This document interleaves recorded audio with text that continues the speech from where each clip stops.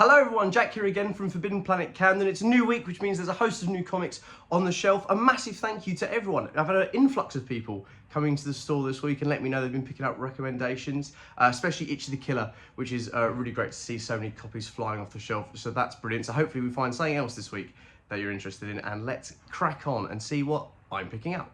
Kicking off with ongoings, it is finally at an end, the miniseries DC X Sonic the Hedgehog. It has all been leading to this, the amalgam of the Sonic characters with the Justice League. If you remember that brilliant homage from issue 3 to the New 52 cover.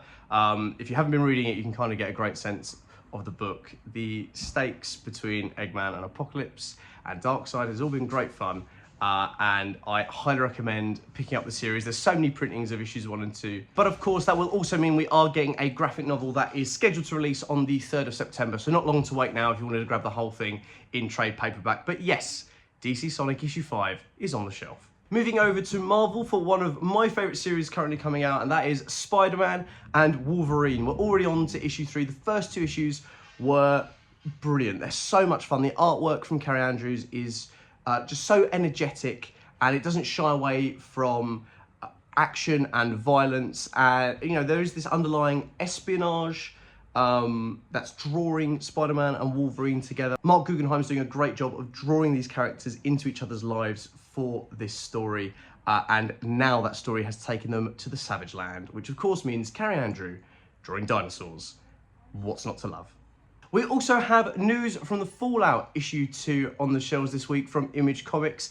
Very reminiscent, I believe, this time as they land in a diner of, as I was just saying to Vic over there, Identity, the movie Identity, Ray Liotta and John Cusack. Definitely getting those locked room vibes from issue 2. It's a very slow book, and not in a negative way. It's it very much rewards you for paying attention, which I'm really enjoying, especially, as I said, when issue 1 came out. You know, we sort of get a lot of apocalyptic, post-apocalyptic stories nowadays, and things like demons and mania and zombies that, you know, they're very prevalent in the books that we read. So it's actually very refreshing to have a story that's engaging in that world and that medium and that environment, but in a very unique way, at least for me, in the media that I've engaged with. So yeah, really looking forward to getting my teeth into issue 2.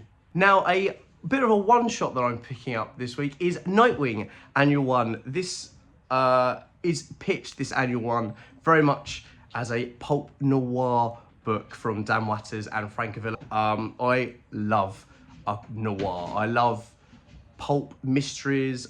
This story very much is meant to link to Bloodhaven's past, and is a cold case that is resurfacing itself. It's rearing its ugly head in the modern day, and I've been very lucky. I've been able to engage with the works of creators like Raymond Chandler a lot of my life. I read pulp books when I was younger and then got to study a lot of it as well. So any chance I can to get invested in the darker side of crime, especially in Bloodhaven, especially with Nightwing, I'm always going to jump at the chance. So Nightwing Annual 1 is coming home with me this week.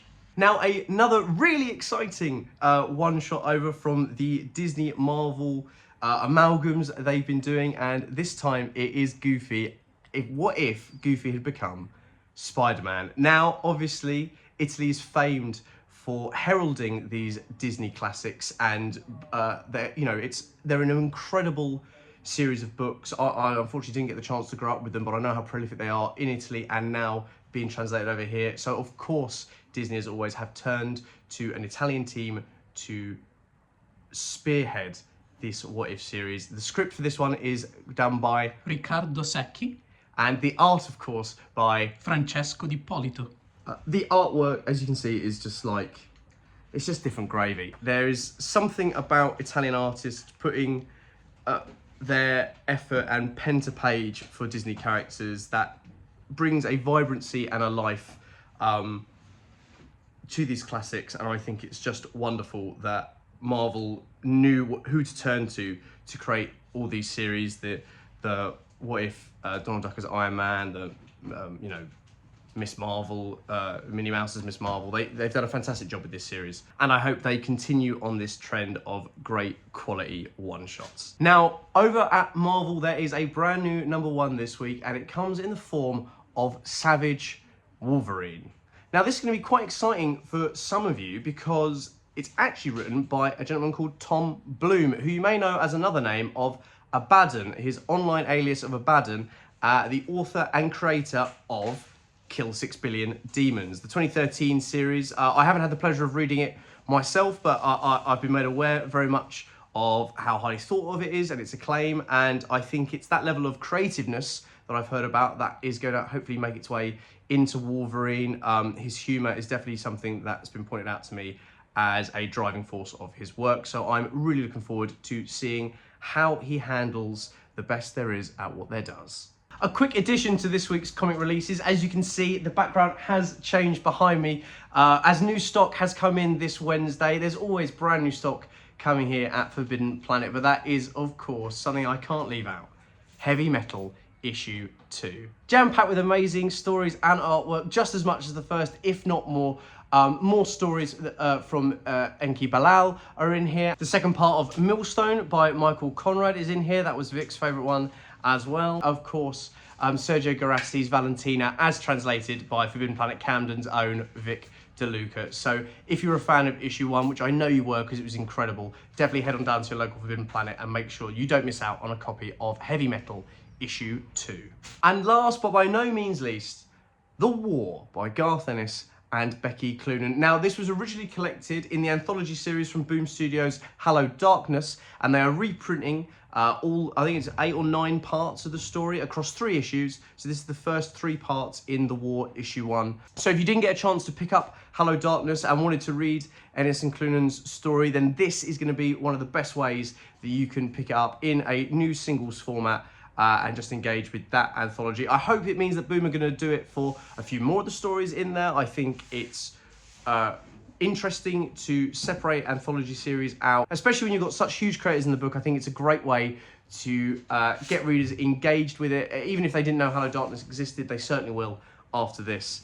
And I hope it draws more people into the anthology. I love a good horror anthology, so the more the merrier, I say. And what a great way to get to read another Garth Ennis story.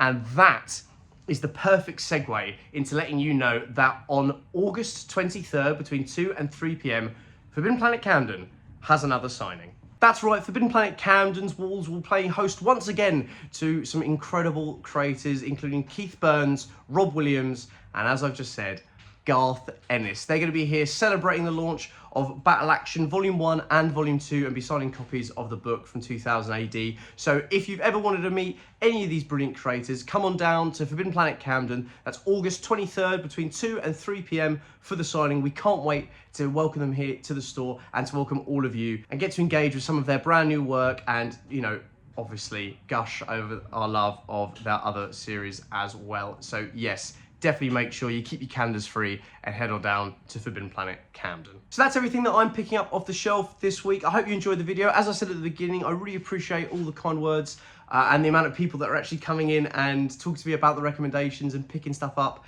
and trying things out. It's always brilliant. Not just for myself, but for the whole staff and for everyone at Forbidden Planet. When we get to strike up conversations about works that we're really enjoying and that we hope other people enjoy as much as we do, it's really fulfilling.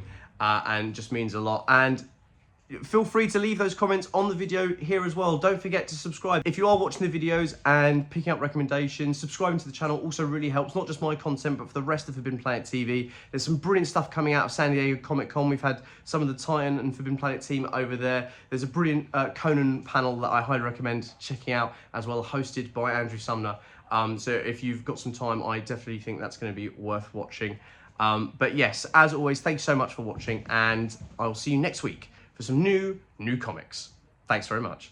If you're enjoying watching Forbidden Planet TV and you're enjoying watching us talk to the world's most interesting and accomplished filmmakers, authors, artists, musicians, creators, subscribe right here.